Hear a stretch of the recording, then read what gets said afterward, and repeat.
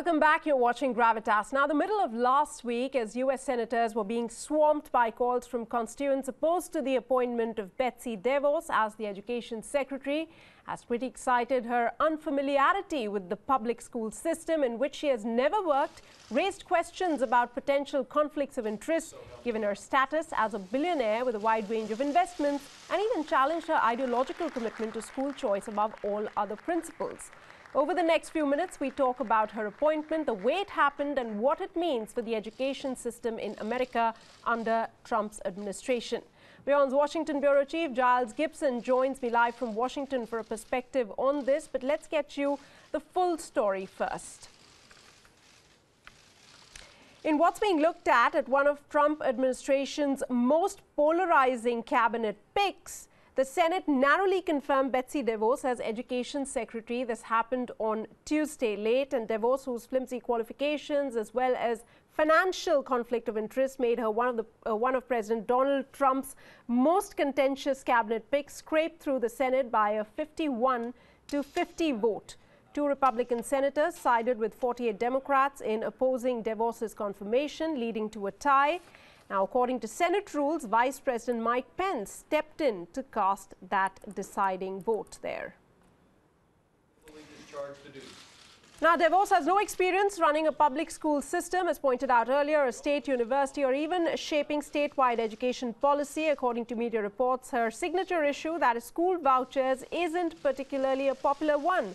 Her outspoken hostility to public school system and support for vouchers in particular failed to cut ice with voters in rural communities, many of whom are also Republican.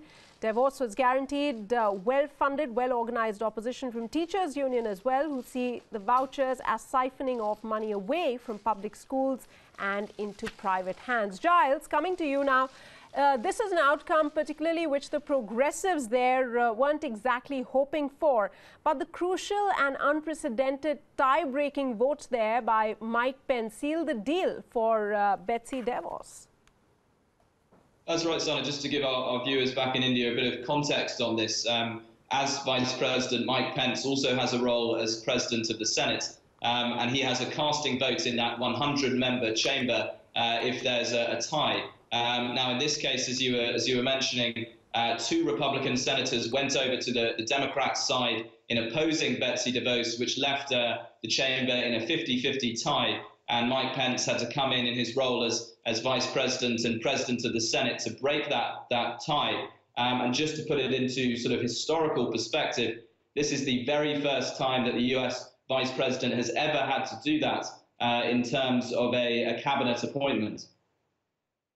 Giles, many say, of course, those who are not happy with the appointment, that she practically bought herself this post of the Educational Secretary through her family's financial manipulations.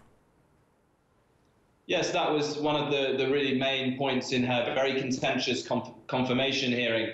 US Senator Bernie Sanders, who of course was the candidate running against Hillary Clinton for the Democrats' presidential nomination before the general election, he asked her a very direct question about her past as a Republican donor and fundraiser, asking if it was possible that her and her family had raised up to $200 million for the Republican Party in the past, and her response was that that was entirely possible. So yes, Betsy Devos has faced a lot of heat about her past as a Republican donor and fundraiser, but in US politics, money of course talks. So it's not entirely unusual for a cabinet appointment to be made with someone who's got a history of fundraising for that particular party. But that was really one of the main contentious issues in her Senate confirmation hearing, alongside her perceived or allegations of her lack of educational experience. Now, also, Giles, many people who are from rural areas where a single public school perhaps is the only option, they're, of course, very unhappy at the prospect of Betsy Devos taking over as the Education Secretary. Now, she's also never attended or worked in a school system directly, also never sent her children to a public school. How then does one expect for her to handle such a crucial portfolio, some would say, which perhaps touches the lives of Americans through their children directly? Well, that's right. That was really the other main contentious point in her confirmation hearing, was these allegations from the Democrat senators on that hearing about her perceived lack of any real experience in terms of the public educational sector. She's a big supporter of charter schools, and she's also campaigned hard for the voucher system, which is essentially a system in which public school students get state or federal funding to help them attend private schools. So that's really been the allegation against Betsy Devos, is that she has no experience in terms of running educational policy, let alone running the educational policy for the entire country. Also, Giles, there is some controversy around, the details of her financial ties, which apparently weren't fully disclosed before the Senate. Do you think perhaps this is a point that could snowball into a larger controversy in the days to come for Betsy?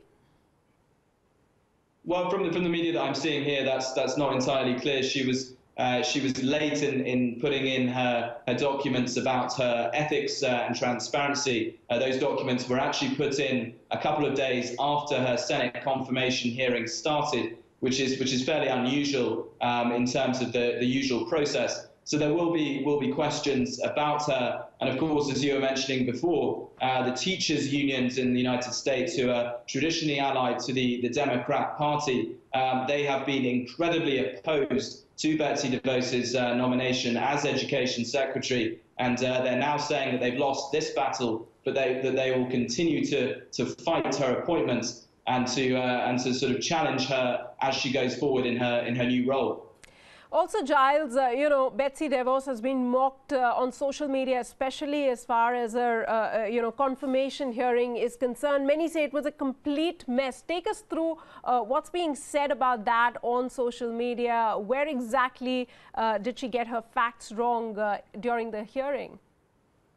Well, Sana, let alone on social media, one of the senators involved in the confirmation hearing, admittedly he was a Democrat, but Senator Al Franken, he came out and said that it was one of the most embarrassing Senate confirmation hearings he's ever attended. Really, the key talking point in that, and the moments that hit YouTube channels and the comedy shows, the late night comedy shows here in the US, was when she was asked about whether there was any place for guns in US schools. And her response was that in Wyoming, which is a very rural state here in the US, that there was a need to have guns there to ward off potential grizzly bear attacks. So that was a sort of a slightly bizarre moment, which was widely mocked by her opponents and also on YouTube and across social media. That's rather, embarrassing for Betsy Devos to make such a statement. But my last question, looking at long-term, the things, how they pan out, how do you think her being in charge of education is going to play out in the days to come? Yes, Sana, I think the key point is going to be her support for school vouchers, that system that I was talking about before, which allows state pupils or public sector pupils to get funding from the state and to attend private schools. She's made that really a central pillar of her previous work in the educational sphere. And I think that's going to be the really contentious issue moving forward in her role as Education Secretary. And as I was saying, the teachers' unions, who are traditionally allied to the Democrat Party, have said that they've lost this battle, but they're going to continue to fight Betsy Devos as she moves forward in this new job. Indeed, it seems like it's going to be a challenge for Betsy right from the start, taking charge of that portfolio. We leave it at that. Thanks so much, Giles, for joining us and sharing thoughts on that story. At this point, we're going to take a very short break. Lots more coming up on the other side. We're going to talk about if Facebook's Mark Zuckerberg's position at the company is under threat. Stay with us. We'll be back.